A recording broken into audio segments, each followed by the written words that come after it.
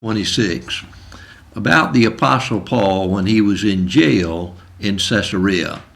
He had appeared before Festus, the Roman governor, and Festus had asked if he was willing to go back down to Jerusalem and be tried before him.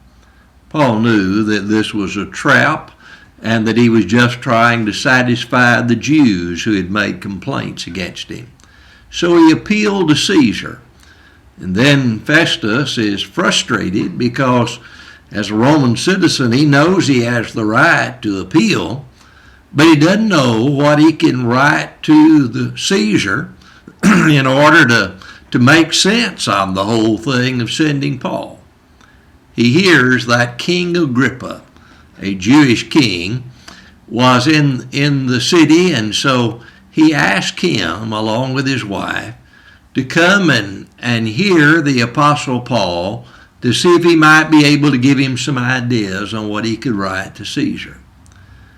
When Paul is brought before this group of people, and Luke mentions the fact that Agrippa and his wife had come in all of the pomp and circumstance of the day, and here they bring Paul, probably in prison garments, to stand him before them.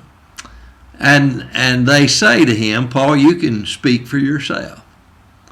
Well, instead of trying to defend what he was doing or why he was there, Paul takes the opportunity to tell the story of his conversion.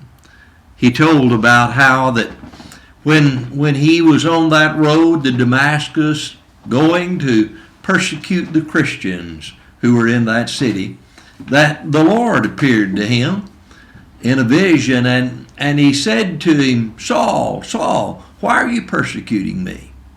And he said, I said, well, who are you, Lord? Well, I'm Jesus, whom you're persecuting.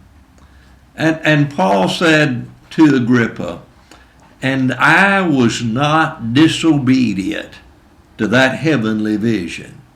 He didn't go on and explain all the things that he did. He simply says, I did what the Lord told me to do. Now, in other accounts of it, it tells of how he went on down to Damascus, was there 3 days praying, when the Lord sent a disciple named Ananias to come and lay his hands on him, to give him his sight back, and to say to him, now why are you waiting? Arise and be baptized and wash away your sins, calling on the name of the Lord. But what I'm interested in today is this. When Agrippa had heard the explanation that Paul gave, he said to him, are you trying with so little persuasion to persuade me to become a Christian? He had asked Agrippa, do you believe the prophets? I know that you do. And he explained that Jesus was fulfilling the prophecies. But it's intriguing that Agrippa's response, are you trying to persuade me? Paul returned by saying to him, I would to God that not only you, but all others also that are here would not just be almost, but altogether persuaded to be such a one as I am, except for these bonds. He took that idea of being a Christian and said, I really wish you were, and that all these others were as well, that you were that committed one to him.